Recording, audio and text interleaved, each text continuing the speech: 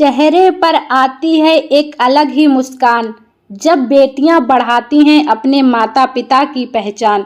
अपनी मंजिल तक पहुंचने का मिला तुम्हें सम्मान, तुमसे ही बनी रहेगी तुम्हारे माता पिता की पहचान। जय हिंद साथियों, कैसे हैं आप सभी। आशा करते हैं कि आप सभी स्वस्थ और तंदुरुस्त होंगे और पूरी ईमानदारी से अपनी तैयारी कर रहे होंगे। मैं नेहा स्वागत करती हूं आप सभी का आपके अपने परिवार में। साथियों, इस क्लास में हम लोग हिंदी का प्रैक्टिस सेट करते हैं। जो भी क्वेश्चंस पिछली वर्ष किसी न किसी परीक्षा में पूछे गए हैं, वही क्वेश्चंस हम लोग इस क्लास में डिस्कस करते हैं। तो यदि आप इस चैनल पर नए हैं तो आप चैनल को सब्सक्राइब कर लीजिए, ताकि आगे आने वाली क्लासों के नोटिफिकेशन आपको समय पर मिलते रहें। साथियों, बिना किसी देरी के शुरू करते हैं आज की क्लास। आज की क्लास का आपका पहला क्वेश्चन है, तौलिया किस भाषा का शब्द है। आपको बताना है जो तौलिया है ये किस भाषा का शब्द है। ऑप्शन आपको दिए गए हैं, पुर्तगाली, तुर्की, हिंदी या फिर उर्दू। तो देखिए, तौलिया जो शब्द है आपका पुर्तगाली भाषा का शब्द है। तौलिया आपका पुर्तगाली भाषा का शब्द है। तौलिया हो गया, इसके अलावा गमला, गमला शब्द हो गया, कमरा हो गया, कमरा, आलपिन है ना, आलपिन। तो ये सारे शब्द आपके होते हैं पुर्तगाली भाषा के। क्लियर। नेक्स्ट क्वेश्चन है आपका, किस शब्द में उपसर्ग नहीं है। आपको बताना है किस शब्द में उपसर्ग नहीं है। ऐसा कौन सा शब्द है जो उपसर्ग रहित है ना। तो देख लीजिए आप, क्या, अपवाद। अपवाद में देखिए, वाद में जुड़ा आपका अप उपसर्ग, कौन सा, अप। वाद में जुड़ा अप उपसर्ग तो क्या हो गया, अपवाद। इधर आपका भाव, भाव में जुड़ा आपका प्रा उपसर्ग तो क्या हो गया, प्रभाव। इधर आपका जय, जय में जुड़ा आपका पराजय, क्या, पराजय तो क्या हो गया आपका, पराजय है ना। तो इसका जो सही आंसर हो जाएगा ऑप्शन डी, क्या, ओढ़ना। जो ओढ़ना शब्द है इसमें आपका उपसर्ग नहीं है। क्लियर। नेक्स्ट क्वेश्चन है आपका, निम्नलिखित में से नश्वर का विलोम है। नश्वर, नश्वर का विलोम आपको बताना है। अब देखिए, नश्वर क्या होता है, जो नष्ट हो जाए। नश्वर, जो चीज नष्ट हो जाए उसे नश्वर कहते हैं। तो इसका अपोजिट आपको बताना है, जो चीज नष्ट ना हो, जो चीज खत्म ना हो, वो आपका उसके लिए शब्द आपको बताना है ना। नश्वर जो नष्ट हो जाए, इसका जो सही आंसर होगा आपका क्या, शाश्वत, क्या, शाश्वत। क्लियर। और इधर आपका आदर, आदर का विलोम क्या हो जाएगा, आदर का हो जाएगा आपका अनादर है ना। अनियमित का क्या हो जाएगा, नियमित, नियमित हो जाएगा अनियमित का। इसी तरह अमर, अमर का क्या हो जाएगा, मर्त, क्या, मर्त है ना। क्लियर। नेक्स्ट क्वेश्चन है आपका, भविष्य में होने वाला के लिए एक शब्द है। भविष्य में होने वाला के लिए एक शब्द आपको बताना है कि क्या है। देखिए, यहाँ पर आपके ऑप्शन मिस्टेक हो गया है। क्या होगा यहाँ पर, ये नहीं होगा आपका ऑप्शन, ये आदर, अनियमित, ये शब्द नहीं होंगे। यहाँ पर आपका ये गलत हो गए हैं। क्या, देखिए ऑप्शन आपको बता देते हैं, भावी होगा, भावी, या फिर गत होगा, या विगत होगा। ये हैं आपके ऑप्शन। क्लियर। भावी, गत, विगत। तो इसका जो सही आंसर हो जाएगा क्या, भावी, क्या, भविष्य में होने वाला के लिए एक शब्द है आपका भावी। क्लियर। इसके बाद नेक्स्ट क्वेश्चन है आपका, वर्णमाला किसे कहते हैं। आपको बताना है कि वर्णमाला किसे कहते हैं। शब्द समूह को, वर्णों के संकलन को, शब्द गणना को, या फिर वर्णों के व्यवस्थित क्रम को। बताइए वर्णमाला किसे कहते हैं। तो देखिए, वर्णमाला किसे कहते हैं, सब वर्णों के व्यवस्थित क्रम को। किसे, वर्णों के व्यवस्थित क्रम को वर्णमाला कहा जाता है। व्यवस्थित क्रम, जैसे आपका एक के बाद दो आता है, फिर तीन आता है, फिर चार आता है, ये आपका व्यवस्थित क्रम होता है ना। ऐसी तरह आपका वर्णमाला में आ के बाद, यदि आपका आ के बाद पहले छोटा आ लिखेंगे, फिर बड़ा आ लिखेंगे, है ना।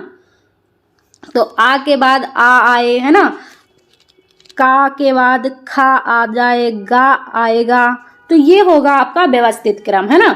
और अगर यहीं पर कहीं पा लिखा हो, कहीं का लिखा हो, कहीं माँ लिखा हो, तो ये गलत हो जाएगा आपका, है ना। तो क्या है, वर्णमाला किसे कहते हैं, वर्णों के व्यवस्थित क्रम को। ऑप्शन नंबर डी, जैसे का, खा, गा, घा, है ना, इस तरह से। क्लियर। नेक्स्ट क्वेश्चन है आपका, पृथ्वीराज रासो महाकाव्य के रचयिता कौन है। अब पृथ्वीराज रासो महाकाव्य के रचयिता आपको बताना है।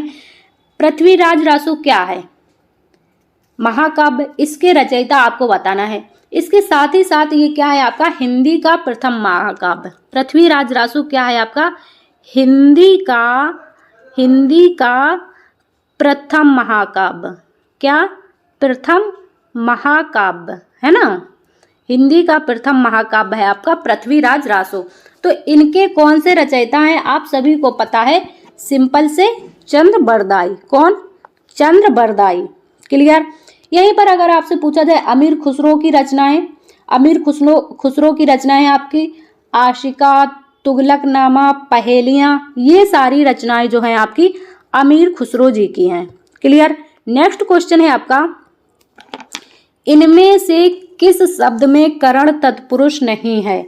आपको बताना है, 4 ऑप्शंस आपको दिए गए हैं, इसमें से बताना है कौन सा शब्द ऐसा है जिसमें करण तत्पुरुष नहीं है। तो देख लीजिए यहाँ पर क्या हो जाएगा इसका आंसर, मन से चाहा, मन चाहा, यानी कि मन से चाहा, मन से चाहा, है ना। देखिए करण तत्पुरुष क्या होता है, करण तत्पुरुष जहां पर आपकी विभक्ति से या फिर के द्वारा आए, तो यहाँ पर आ गया मन से चाहा या फिर मन के द्वारा चाहा, बात एक ही होगी, है ना। तुलसी कृत, क्या, तुलसी द्वारा रचित, तुलसी कृत मतलब तुलसी जी की रचना, तुलसी द्वारा रचित। ईश्वर दत्त, ईश्वर से दत्त, है ना। इसके बाद इसका जो सही आंसर होगा आपका क्या, पदच्युत। क्या होगा, पद से हटाया गया। इसके लिए क्या शब्द होता है, पदच्युत किसे कहते हैं, जिसे पद से हटाया जाता है। पदच्युत मतलब पद से हटाया गया, पद से हटाया, हटाया मतलब अलग हुआ। जहां पर से अलगाव के भाव में आता है वहां पर आपका कौन सा तत्पुरुष होता है, अपादान। कौन सा, अपादान, है ना, अपादान तत्पुरुष होता है, करण तत्पुरुष नहीं होता है। क्लियर। इसके बाद नेक्स्ट क्वेश्चन है आपका, किस वाच्य में कर्मवाच्य नहीं है। आपको बताना है किस वाच्य में कर्मवाच्य नहीं है। अब देखिए कर्मवाच्य को आप कैसे पहचानेंगे, जहां पर क्रिया सकर्मक हो, जहां पर आपकी सकर्मक क्रियाएं हो वहां पर कर्मवाच्य होता है, या फिर वाक्य में कर्ता के बाद से के द्वारा लगा हो, या फिर वाक्य में कर्ता के बाद आपके से या फिर के द्वारा लगा हो, या फिर क्रिया सकर्मक हो, वहां पर आपका कर्मवाच्य होता है। क्लियर। अब देखिए इसके ऑप्शन दिए गए हैं आपके, छात्र द्वारा पुस्तक पढ़ी गई, तो ये क्या है, पुस्तक पढ़ी गई, यानी कि क्रिया सकर्मक है और कर्ता के बाद द्वारा भी लगा है, तो ये आपका कर्मवाच्य होगा, है ना। उसने खाना नहीं खाया, या फिर उसके द्वारा खाना नहीं खाया गया, बात एक ही है ना। इसके बाद है आपका, बालक खिलखिलाकर हंस रहा था। हंसना क्या होता है, हंसना आपकी अकर्मक क्रिया होती है, तो इसका जो सही आंसर हो जाएगा ऑप्शन नंबर सी। क्या, हंसना जो है अकर्मक क्रिया होती है, तो इसमें आपका कर्मवाच्य नहीं है। क्लियर। इसी तरह ये देखिए चौथा ऑप्शन है आपका, दोषी व्यक्ति द्वारा क्षमा मांगी गई, तो यहाँ पर आपका द्वारा शब्द आ गया है, मतलब द्वारा लग गया है, से के द्वारा लगा हो तो आपका कर्मवाच्य होता है। क्लियर। इसके बाद नेक्स्ट क्वेश्चन है आपका, बखूबी शब्द में कौन सा समास है। आपको बताना है बखूबी शब्द में कौन सा समास है। देखिए यदि आपको क्लास पसंद आ रही है तो क्लास को लाइक और शेयर कर दिया करें। यदि आप चैनल पर नए हैं तो चैनल को सब्सक्राइब कर लीजिए, आपको ऐसे ही प्रैक्टिस सेट मिलते रहेंगे।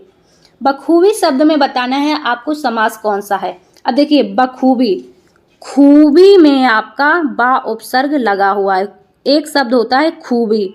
खूबी में क्या बा उपसर्ग लगा है, तो क्या हो गया बखूबी।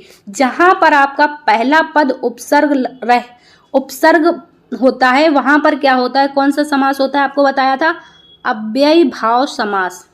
क्या, अव्ययी भाव समास। तो इसका आंसर क्या हो जाएगा, ऑप्शन ए अव्ययी भाव समास। द्विगु समास में क्या होता है, जहां पर पहला पद आपका संख्यावाचक हो। द्विगु में क्या, पहला पद संख्यावाचक हो, है ना, संख्यावाचक। द्वंद्व में क्या होता है कि आपका विलोम, एक दूसरे के ज्यादातर शब्द जो होते हैं विलोम विपरीतार्थक वाले शब्द होते हैं, वो आपके द्वंद्व समास में आते हैं। जैसे राम, राम सीता, माता पिता, भाई बहन, है ना, तो ये शब्द आपके द्वंद्व समास में आते हैं। क्लियर। नेक्स्ट क्वेश्चन है आपका, निम्न में से अघोष वर्ण कौन सा है। आपको बताना है अघोष वर्ण कौन सा है। लास्ट क्वेश्चन है आपका, इसका आंसर आपको बताना है अघोष वर्ण। देखिए अब अघोष वर्ण क्या होते हैं, प्रत्येक वर्ग का पहला दूसरा अक्षर। अघोष वर्ण क्या होते हैं, देखिए समझ लीजिए, वर्ग का पहला और दूसरा अक्षर। क्लियर। इसके बाद प्लस तीनों सा, ये वाला सा, ये वाला सा और ये वाला सा। क्लियर। इसके बाद प्लस आपका छत्री। ये जो वर्ण होते हैं आपके, ये अघोष होते हैं। वर्ग का पहला दूसरा अक्षर अघोष होता है और वर्ग का तीसरा चौथा पांचवा अक्षर सघोष होता है। तो देख लीजिए इसमें कौन सा है पहला और दूसरा। तो इसका जो सही आंसर हो जाएगा आपका ऑप्शन नंबर ए, क्या, का जो है आपका वर्ग का पहला ही अक्षर है। बाकी गा है आपका तीसरा, घा है चौथा और जा है आपका तीसरा। क्लियर। तो साथियों ये थी हमारी आज की क्लास। आज की क्लास आपको कैसी लगी है आप लोग कमेंट्स में ज़रूर बताइए, और आपने कितने क्वेश्चन सॉल्व कर पाए हैं आप लोग ये भी कमेंट्स में ज़रूर बताइए। मिलते हैं आप सभी से अगली क्लास में। जब तक के लिए खुश रहिए, तंदुरुस्त रहिए, मस्त रहिए और अपनी तैयारी करते रहिए, और क्लास को ज़्यादा से ज़्यादा लाइक और शेयर कीजिए। जय हिंद साथियों।